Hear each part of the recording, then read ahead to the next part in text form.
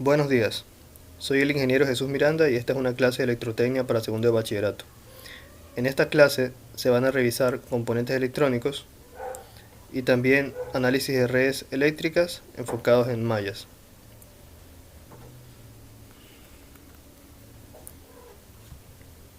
Primero, componentes electrónicos.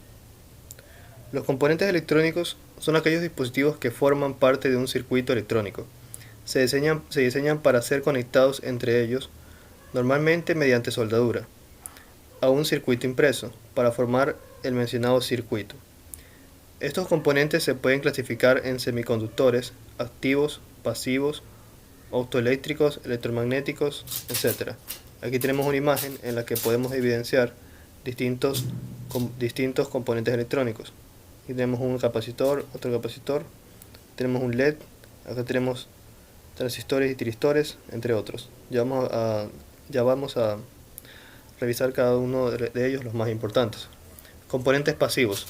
Los componentes pasivos son aquellos que consumen potencia, tales como resistores, capacitores e inductores. Aquí tenemos una resistencia, su simbología. Aquí tenemos un par de capacitores y un inductor, que es una bobina.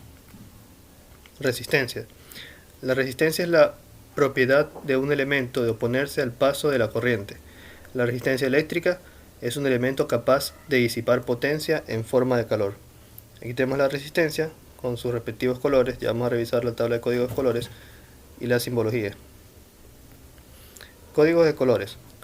La tabla de códigos de colores tiene la función de poder determinar un valor cifrado en la resistencia, según los colores que está presente. En este caso, la forma en la que se utiliza esta tabla es la siguiente. El primer color va a representar el primer coeficiente del valor de la resistencia. El segundo color va a representar el segundo coeficiente, pero el tercero va a representar un factor multiplicativo y el cuarto una tolerancia. Por ejemplo, si esta tiene los colores negro, rojo y verde, significará el negro en la primera banda es 0. Luego, el rojo en la segunda banda es 2, sería 0, 2. Y verde en la tercera banda es por 1.000.000. 1, 2, 3. Perdón, por 100.000. Entonces tendríamos una resistencia de 200.000 ohmios. Repito, en el caso de que tenemos el color negro, en la primera banda el negro vale 0. El rojo en la segunda banda vale 2. Entonces tendríamos 0, 2 y el color verde, que es por 100.000. Entonces 2 por 100.000, 200.000 ohmios. Y el color plateado representa la tolerancia. ¿Qué es esta tolerancia? Bueno, las resistencias tienen una cierta tolerancia. Las resistencias que son de mayor precisión tienen una tolerancia muy pequeña. Quiere decir que dependiendo de ciertos factores, la resistencia puede oscilar cierto valor. Si en este caso la resistencia es de 200.000 ohmios y tenemos un color plateado de tolerancia, el plateado nos dice que tiene una tolerancia del 10%.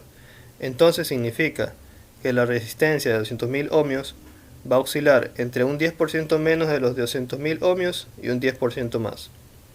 Y es eso lo que significa. Repito, en este caso el color negro vendría a representar el 0 en la primera banda, el azul vendría a representar el rojo vendría a representar el 2 en la segunda y el verde es por 100.000.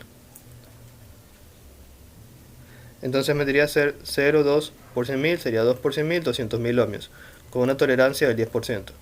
Y así es como se utiliza esta tabla. Se recomienda aprendérsela. Capacitores. Los capacitores son componentes electrónicos capaces de almacenar energía en su campo eléctrico. Sus características de relevancia son la capacitancia, que se mide en faradios, y el nivel de voltaje que soportan. Los capacitores. Los capacitores electrolíticos tienen polaridad. Aquí tenemos la gráfica de un capacitor electrolítico. Esta línea, esta franja color blanca, representa el pin negativo y el otro pin que no se encuentra con la franja es el positivo. Siempre será así en los capacitores electrolíticos. Aquí se puede ver estampado su frecuencia, perdón, su capacitancia. Este tiene 68 microfaradios y la capacidad de voltaje 400 voltios. Cuando uno compra un capacitor siempre tiene que pedirlo por el voltaje que soporta, para el que está diseñado, y por los microfaradios o los faradios que uno necesita. Siempre será así. Este es el símbolo del capacitor. Se puede ver que este tiene polaridad, porque este símbolo es para el capacitor electrolítico. Este símbolo también es un capacitor, pero cuando el símbolo del capacitor solo son dos líneas y no tiene polaridad, es un capacitor de lenteja o cerámico, que ya no sé si lo habían visto antes. El capacitor de lenteja o cerámico es este de aquí, porque no tiene polaridad, se lo puede conectar de cualquier forma. Pero este es el electrolítico, este sí tiene polaridad, no se lo puede conectar de cualquier forma, tiene que ser positivo con positivo y negativo con negativo cuando lo conecten. Si lo conectan al revés, el capacitor se empieza, bueno, en el peor de los casos explota, pero se va a empezar a hinchar y se va a dañar. Los capacitores, el fallo que por lo general presentan es que con el paso del tiempo y cuando están sometidos a temperaturas, su material dieléctrico se va afectando, se va deteriorando, y la capacitancia, como el material dieléctrico se afecta, la capacitancia va a cambiar, ya que la capacitancia de un capacitor depende de las placas del capacitor y el material dieléctrico entre ellas. Entonces, al variar su capacitancia ya no trabaja bien, porque no tiene la capacitancia con la cual se compró, que se necesita en el circuito, y como ya no trabaja bien, puede llegarse a dañar la placa electrónica, o tal vez si este capacitor entrega una determinada señal con una determinada frecuencia a un transistor, puede llegar a dañarse el transistor y así sucesivamente. Entonces, en placas electrónicas, si uno ve un capacitor soplado o que se ve en mal estado, lo más recomendable es cambiarlo. A otra consideración, los capacitores por lo general se ponen en corto. Esa es otra falla que usualmente se da. Una forma de probar un capacitor es poniendo el multímetro en continuidad y conectándolo a los terminales. Si el capacitor marca alta impedancia, o sea, alta resistencia, está en buen estado. Pero si marca corto, muy baja resistencia, está en corto y está en mal estado. Inductor. El inductor se opone a los cambios bruscos de corriente. Este componente tiene la capacidad de almacenar energía en su campo magnético. Este es el símbolo del inductor. Como pueden ver, el inductor es un conductor que está bobinado de esta forma. Componentes semiconductores. Se denominan componentes semiconductores porque no conducen la corriente como tal, como lo haría un conductor, sino que conducen cierta porción de la corriente, y esto depende del material del que estén fabricados estos componentes, ciertas composiciones químicas. Por ejemplo, aquí tenemos el diodo, que es el principal componente electrónico. El diodo es un componente electrónico que permite la circulación de corriente en una sola dirección. Cuando funciona, presenta una caída de tensión de 0.7 voltios. Por lo general se emplea para rectificación. Aquí tenemos el símbolo del diodo. La corriente debe ir en esta dirección. Una forma en la que se pueden aprender en qué dirección debe ir la corriente es esto. Si te dan cuenta, esto forma una flecha. Esto forma una flecha. Entonces, como esto forma una flecha, está indicando que en esta dirección, o sea, de aquí hacia acá, va a circular la corriente. Y esa es una, por así decirlo, una táctica de aprendizaje. Transistor. Es un dispositivo semiconductor que puede controlar una corriente muy grande a partir de una muy pequeña. Muy común en los amplificadores de audio.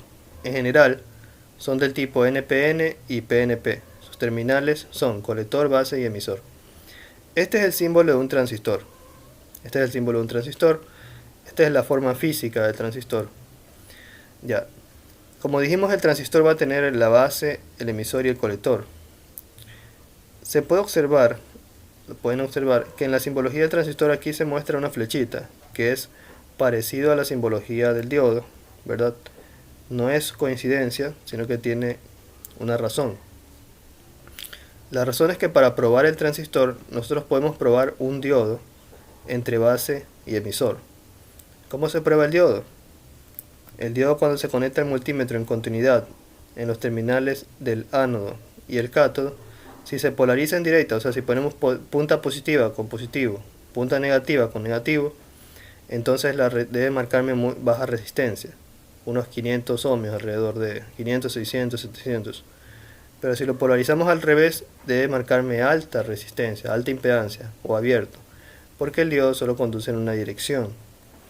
De esa misma forma nosotros probamos estos terminales, la base y el emisor, y tiene que marcarnos como un diodo por este diodo que está aquí. Si llegamos a detectar que este diodo está en corto o abierto, el transistor está dañado. También en la prueba se va a evidenciar que entre base y colector va a haber una resistencia también, pero esta resistencia solo se va a dar en una sola dirección también. Ya. También la prueba depende de otros factores como la configuración del transistor. Como aquí dice, el transistor puede ser NPN o PNP. Pero ¿qué es esto de NPN o PNP? NPN o PNP lo que representa es las polaridades de cada terminal.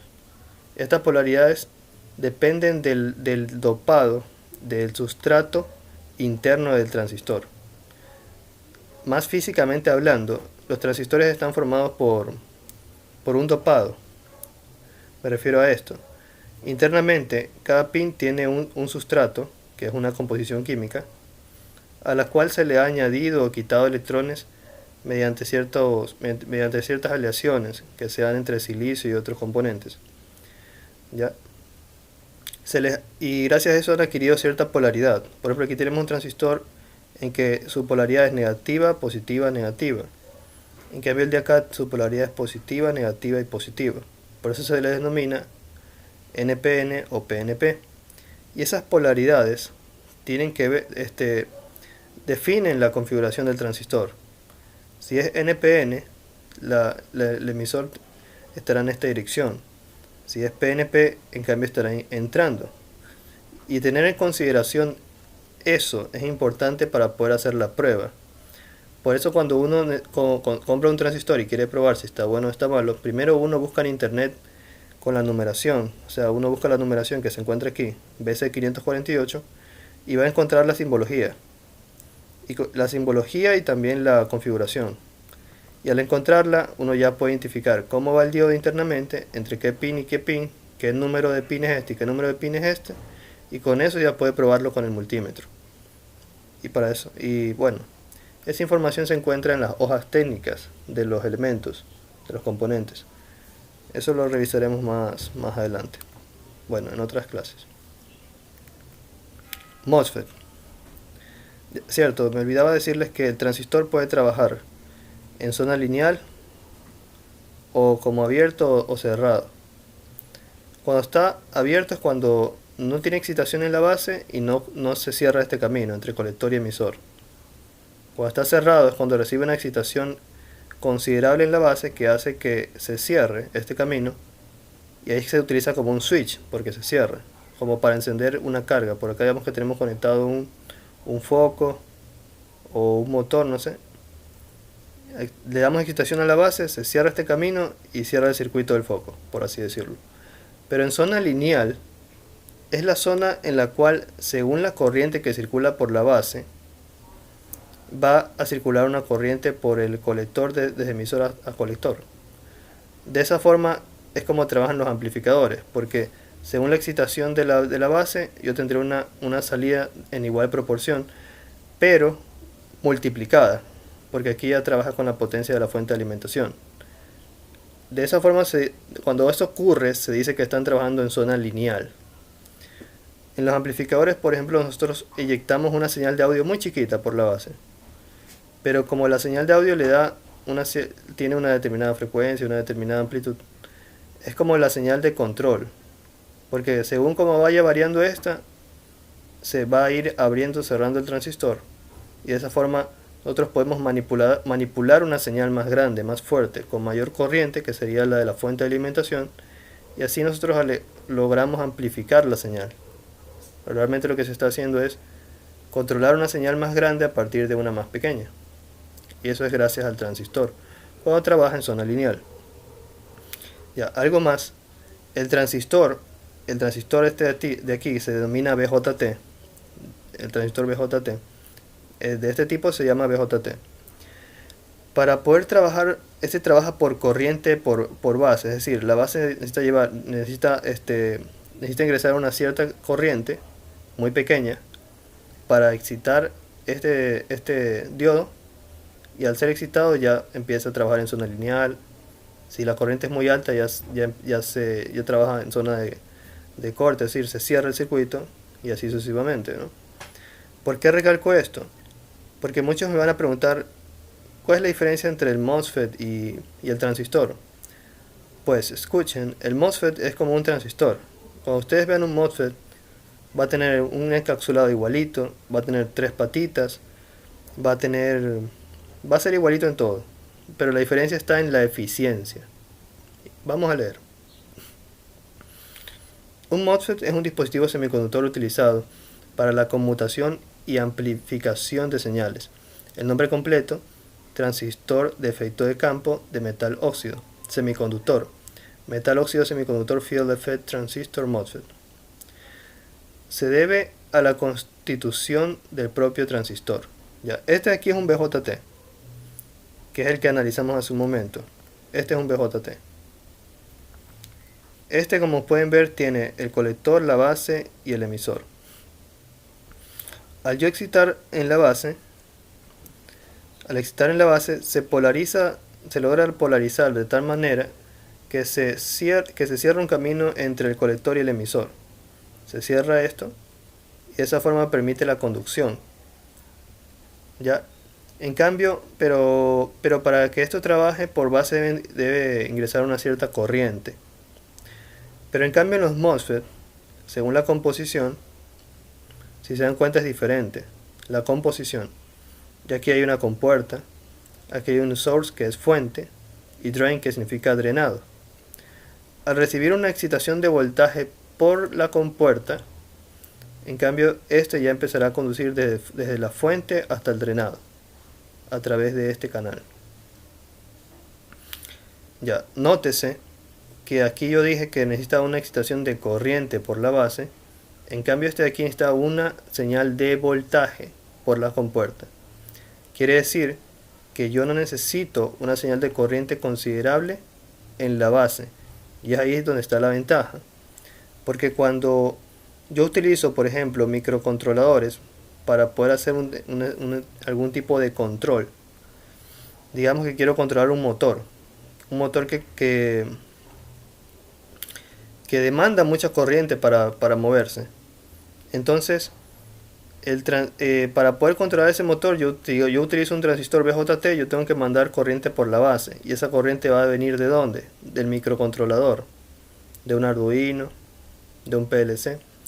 Entonces, el BJT, por su constitución, le puede llegar en ciertos casos a demandar corriente al microcontrolador. Y si le demanda corriente al microcontrolador, me lo puede dañar. Por eso no es muy eficiente. En cambio este de acá, basta que el microcontrolador le mande una señal de voltaje sin corriente, casi sin corriente. Si eso ocurre, ya empieza a efectuarse el control de una forma más segura. Por eso se dice que los MOSFET son más eficientes. Y por eso en la actualidad se utilizan mucho más MOSFET que los BJT. Recuerden, BJT transistores normales, MOSFET son transistores también, pero estos ya están constituidos de otra manera. Y por eso se le denomina a sus pines fuente, drenado y compuerta. Y la diferencia principal está en que los MOSFET son más eficientes. Ya, ventaja del MOSFET. Bueno, esto es lo que ya he estado diciendo, lo voy a decir de nuevo. El MOSFET no requiere una corriente en la compuerta, sino que se trata de un transistor conmutado por voltaje, a diferencia del BJT, que es un transistor conmutado por corriente. Esto hace que este dispositivo sea el más utilizado actualmente en la electrónica digital. Ya, aparte de eso, los MOSFET tienen dos configuraciones. Así como los transistores tenían configuración NPN y PNP, según la polaridad de los sustratos, los transistores MOSFET en cambio tienen configuración de canal N y canal P, que es muy parecido. Tiene que ver también con la polaridad de los sustratos, porque si se dan cuenta, esta flechita que asemeja a lo que vendría a ser un diodo, tiene una dirección en un caso y tiene una dirección en el otro. Significa que las corrientes van a ir en ciertas direcciones. Ya. Tiristor. El tiristor es un semiconductor de potencia que se utiliza como interruptor, ya sea para conducir o interrumpir la corriente eléctrica. A este componente se le conoce como de potencia porque se utiliza para manejar grandes cantidades de corriente y voltaje, a comparación con los otros semiconductores que manejan cantidades relativamente bajas. Cuando se habla de tiristores, comúnmente se cataloga el tiristor como un SRC, Silicon Controller Rectifier, pero esto no es del todo correcto, ya que este tipo es el más popular y conocido, pero no es el único que existe. Lo que trata de decir es que el SRC es un tipo de tiristor. Aquí tenemos la simbología.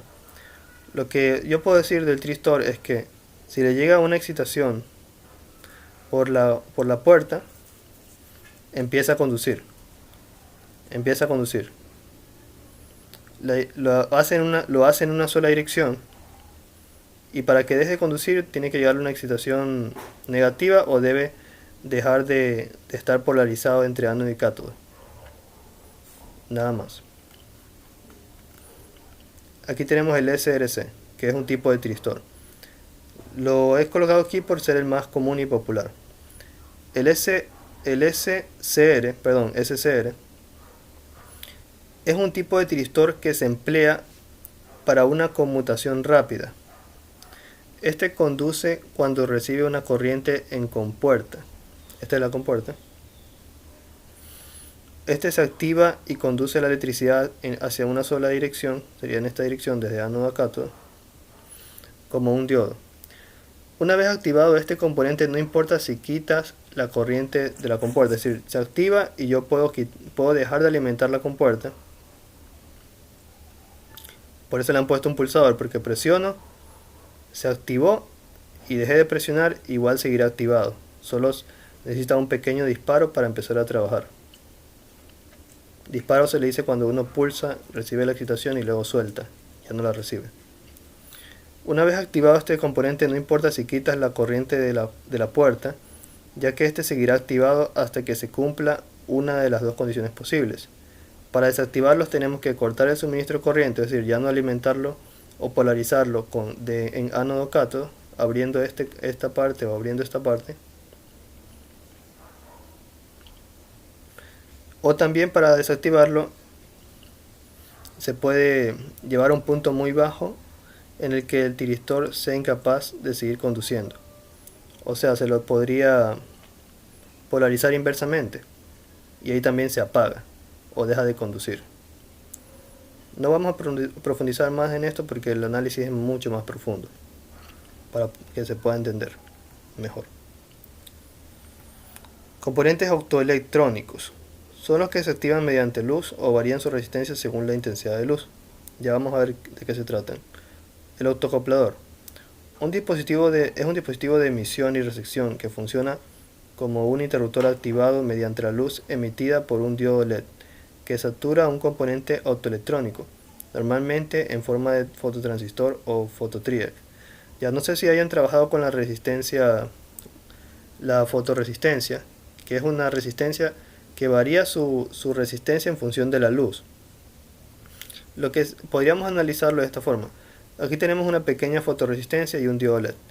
Si yo alimento el diodo LED, este se prende y la luz que emite excita a esta fotoresistencia, y esta varía su resistencia y se pone en corto y cierra un circuito que estaría conectado al pin 4 y al pin 3.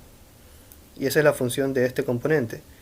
Permite el control entre dos etapas que realmente están aisladas, porque esta etapa de aquí no va a tener conexión física con la etapa de acá, pero mediante este autoacoplador, cuando se encienda este LED, se va a cerrar se va a disminuir la resistencia de este pequeño fototransistor, y va a hacer trabajar el circuito que esté conectado de este lado.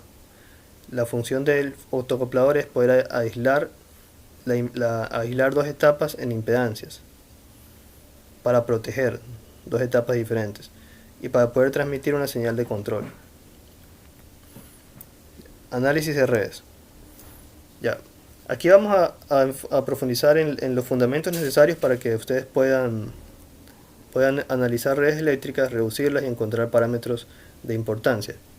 Como ya hemos dicho, en redes eléctricas pueden haber componentes activos y pasivos. Los activos son los que entregan potencia y los pasivos consumen potencia. Los activos por lo general son fuentes de alimentación y los elementos pasivos son las cargas. Ya, primero vamos a revisar el convenio de los signos. ¿Qué es este convenio de los signos? Es la forma correcta en la que se debe polarizar las cargas y las fuentes para poder analizar un circuito eléctrico, analizar una red eléctrica. Este principio nace de lo siguiente: si yo tengo una fuente de alimentación, que es esta, que tiene polaridad más menos, y la conecto en paralelo a una carga, siempre la fuente de alimentación va a mandar sobre la carga en polaridad. Quiere decir que si aquí hay un más, ese más se hereda aquí. Si aquí hay un menos, ese menos se hereda acá.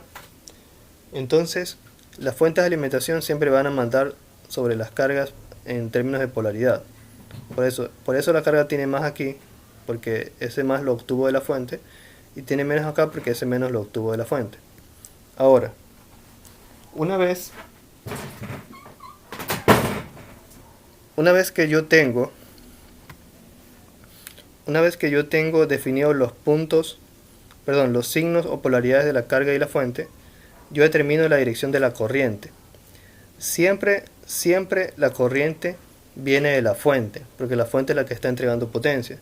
La corriente va a venir de menos a más en la fuente, siempre en la fuente principal de menos a más. Entonces la corriente va a ir así. ¿Y en qué dirección va a cruzar por la resistencia?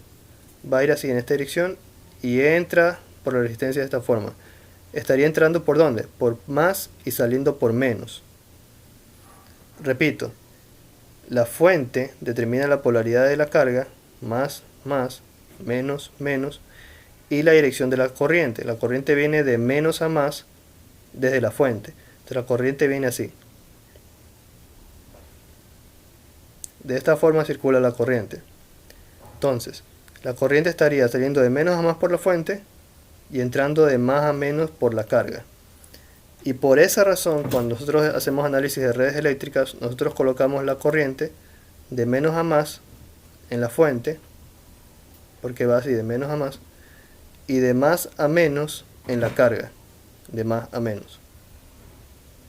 Listo. Entonces, ese es el convenio de los signos. Es necesario saberlo para poder hacer análisis de redes eléctricas. Ya, ley de Ohm, esto es algo que yo creo que ustedes ya deberían saber. Voltaje igual a corriente por resistencia, corriente igual a voltaje sobre resistencia, resistencia igual a voltaje sobre corriente. No vamos a profundizar en eso. Resistencias en serie. Esto también es algo que considero ya deberían saber. Las resistencias en serie, si yo tengo por ejemplo 3 resistencias conectadas en serie, la resistencia total o equivalente a que es igual a la suma de las resistencias. Nada más. Resistencias en paralelo. Si yo tengo 2 resistencias conectadas en paralelo, su resistencia total o equivalente es igual a la multiplicación de las resistencias dividido para la suma. Pero si yo tengo más de 2, es decir, yo tengo 3, 4, 5 resistencias en paralelo, ya debo usar esta fórmula. 1 sobre la resistencia total es igual a 1 sobre R1 más 1 sobre R2 más 1 sobre R3. Realizo esta operación, ya deberían saber hacerlo, con mínimo común múltiplo y todo eso, y despejo RT, que vendría a ser la resistencia total en paralelo, o sea, el equivalente. Cuando son 2 resistencias solo uso esta ecuación.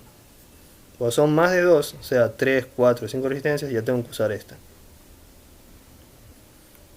O también se podría ir reduciendo en paralelo de 2 en 2 hasta llegar a solo 2 resistencias, así solo usarían esta fórmula. También podrían hacerlo así. Ya, vamos con los ejemplos. Estos ejemplos, que parecen muy sencillos, son necesarios que los entiendan porque los diseñé para que puedan entender otros conceptos. Voy a tocar el concepto de divisor de voltaje y divisor de corriente. Por eso hice estos problemas. Ya van a ver qué es eso.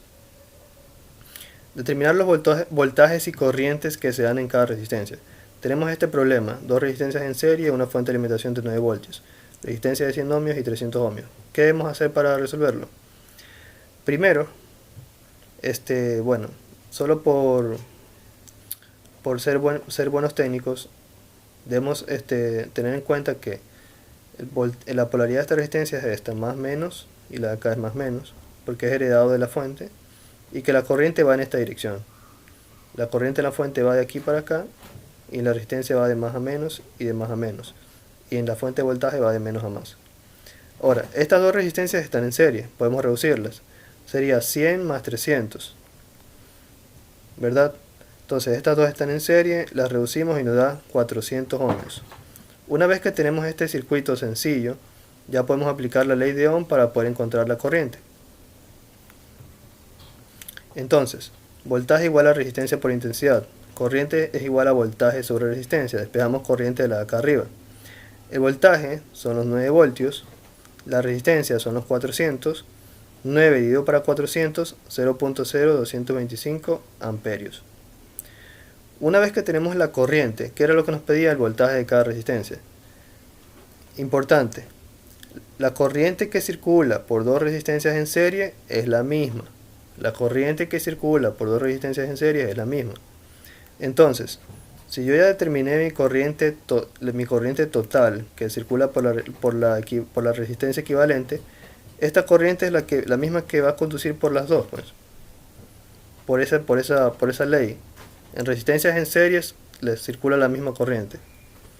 Entonces, para determinar el voltaje de la resistencia de R1 y la resistencia de R2, que me refiero a estas por separado, el voltaje para cada una, voltaje igual a resistencia por corriente. Ya tengo la resistencia. Y la corriente la acabo de calcular. Me dio esto. Entonces la primera resistencia es de 100 y la segunda es de 300. Voltaje igual a R1 de 100 por la corriente. Este es el voltaje que cae en la primera, 2.25 voltios. Voltaje que cae en la segunda sería de 300, aquí está el voltaje de la segunda resistencia, por la misma corriente porque están en serie. Vendría a ser esto y me queda un voltaje de 6.75 voltios. Ya, esto es algo que yo creo que ustedes ya saben, pero les enseño para esto. Divisor de voltaje. Divisor de voltaje es una regla que nos ayuda a poder encontrar el voltaje de resistencias que se encuentran en series conectados a un punto de voltaje. Esta representación que está aquí la van a ver seguido en electrónica también. Si se dan cuenta, este punto, el punto negativo de la fuente se encuentra a tierra y este punto también se encuentra a tierra. Si este punto se encuentra en tierra y este punto se encuentra en tierra, estos dos puntos son los mismos, ¿verdad? Es lo mismo que un circuito cerrado. Entonces, ¿qué es lo que yo quiero? Vamos a encontrar el voltaje en R2. ¿Cómo lo vamos a encontrar? Con el divisor de voltaje. ¿Cuándo se utiliza el divisor de voltaje? Cuando tenemos una fuente de voltaje y resistencias en serie. Yo puedo encontrar el voltaje en esta resistencia a partir de la siguiente expresión, donde yo quiero encontrar el voltaje en R2, que sería el voltaje aquí.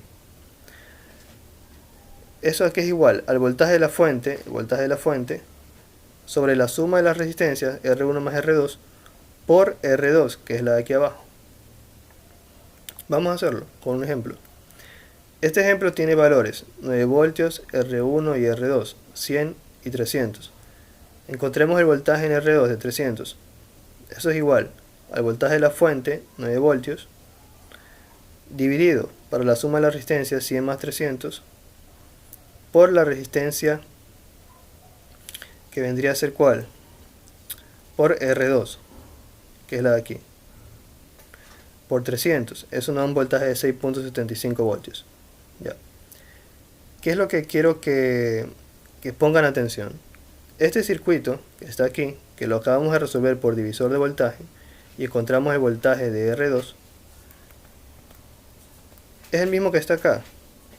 Si ven, 100, 300 y 9 voltios, es el mismo. Y el voltaje de R2 sale lo mismo, 6.75. Entonces, eso vendría a ser como que la demostración de que la fórmula sí funciona. Podrían hacerlo de las dos formas, por divisor de voltaje o resolviéndolo de esta otra manera. Pero se evidencia que por divisor de voltaje lo hacen solo con la fórmula y es mucho más rápido. Por eso les estoy enseñando. Cuando vean esta topología, una fuente de voltaje y resistencias en serie, y quieran obtener el voltaje de esta resistencia o la de acá también, pueden utilizar esta fórmula. Si yo quisiera encontrar el voltaje de la resistencia R1, lo que cambiaría es que aquí sería por R1. Nada más. Si quisiera encontrar el voltaje en R1, usaría la misma fórmula. Sería BR1 igual a B sobre R1 más R2, pero por R1. Aquí la fórmula está para BR2. Ya. Espero que esté claro. Vamos con otro ejemplo. Este ejemplo también es sencillo, pero tiene un propósito, que es explicar divisor de corriente. Y aquí tenemos este circuito de una fuente de voltaje de 9 voltios y dos resistencias en paralelo, y nos piden determinar el voltaje y la corriente en cada resistencia. Solución. Las dos resistencias están en paralelo, ¿sí o no? Y están en paralelo con la fuente de voltaje. Lo más fácil es saber, bueno, ya vamos a ver, si las resistencias están en paralelo con la fuente de voltaje, los 9 voltios caen tanto aquí como acá. Los 9 voltios caen en la resistencia de R1 de 100 y la resistencia de R2 de 200 ohmios. Entonces, si queremos, ya con eso ya sabemos qué voltaje le cae a cada uno. A cada uno le cae 9 voltios. Ya sabemos eso, esa es una respuesta. Ahora, ¿cómo determinamos la corriente para cada una? Pues corriente es igual a voltaje sobre resistencia. 9 voltios que le cae a cada una sobre la primera resistencia 100 ohmios, 9 sobre 100. La corriente de la primera 0.09 ohmios, 0.09 amperios. La corriente para la segunda, asimismo, a la segunda también le cae 9 voltios porque está en paralelo con la fuente. La corriente de la segunda sería 9 voltios sobre la resistencia 200 ohmios. La corriente de la segunda es entonces 0.045 amperios. Pero ya, hasta ahí ya tenemos todo resuelto. Ahora, para poder explicar lo que yo quiero explicar, que es divisor de corriente, ya lo van a ver, hagamos lo siguiente. Calculemos la resistencia total paralelo. Como son solo dos resistencias, es la multiplicación de las dos, R1 por R2, dividido para la suma, R1 más R2. Sería 100 por 200, 100 por 200 dividido para ¿cuánto? Para 100 más 200, que es 300. La resistencia total es 66.6 ohmios. Ese es el equivalente en paralelo. Con eso yo puedo determinar la corriente total que circula en este circuito equivalente. El voltaje igual a resistencia por intensidad, corriente es igual a voltaje sobre resistencia. Voltaje 9 voltios, resistencia 66.6. Entonces la corriente total es 0.135 amperios. Ya, no me lo pidieron, pero lo hice para lo siguiente. ¿Qué es un divisor de corriente? Un divisor de corriente, bueno, la fórmula para obtener la expresión del divisor de corriente es la siguiente. Pero antes veamos eso, ¿no? Aquí tengo una fuente de corriente. Tal vez ustedes no sepan qué es una fuente de corriente. Una fuente de corriente es una fuente que puede suministrar corriente a una carga, pero va a suministrar una corriente constante. Eso es lo único que deben tener claro. La fuente de corriente suministra una corriente constante. En electrónica, bueno, en redes eléctricas, que es lo que tiene que ver con electrotecnia, van a haber bastantes fuentes de corriente. Ya, entonces, físicamente hablando, la fuente de corriente es un transistor que tiene componentes adicionales para poder suministrar una cantidad de corriente constante. Eso podría explicárselo después, no es el propósito del tema de ahorita. Ya, pero en este caso, tenemos la fuente de corriente, ¿verdad? La fuente de corriente va a enviar corriente a estas dos cargas que son estas dos resistencias. La corriente que va a enviar es 0.135 amperios. Me dice la pregunta, ¿cuál es la corriente que consume esta resistencia teniendo todo este circuito? Para eso sirve el divisor de corriente. La fórmula del divisor de corriente me permite saber qué corriente consume esta resistencia o qué corriente consume esta otra. ¿Cómo funciona? La corriente I1, que vendría a ser la corriente de la resistencia 1 de 100 ohmios, es igual a la corriente total que es de 0.135 amperios, multiplicado por la resistencia de R2, que es la de acá, y dividido para la suma de las resistencias. Repito, el divisor de corriente me permite obtener la corriente que circula por una de las resistencias. Digamos que queremos calcular la corriente que circula por esta resistencia. Digamos que es la corriente I1. Esto es igual a la corriente total, que es la corriente de la fuente de corriente, multiplicado por la otra resistencia, R2, dividido para la suma de las resistencias. Haciendo las operaciones sería 0.135, que es el valor de la corriente, del valor de corriente de la fuente de corriente, por R2, que es 200, dividido para la suma de las resistencias, que es 100 más 200. Resolviendo esto me queda 0.09 amperios, lo cual es lo mismo que dio acá, 0.09 amperios. ¿Por qué?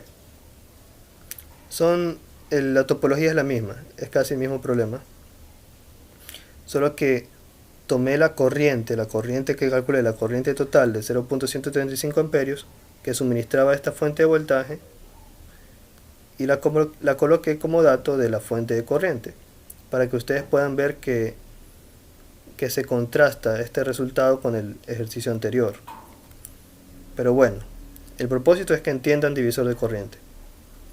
La corriente que circula por la resistencia 1 es igual a la corriente de la fuente, que es esta, por la otra resistencia, que es la de acá, dividido para la suma de las resistencias. Y así calculo la corriente que circula por esta.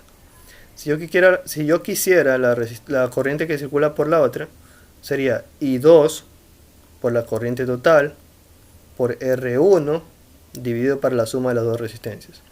Ya, eso sería todo por la clase de hoy.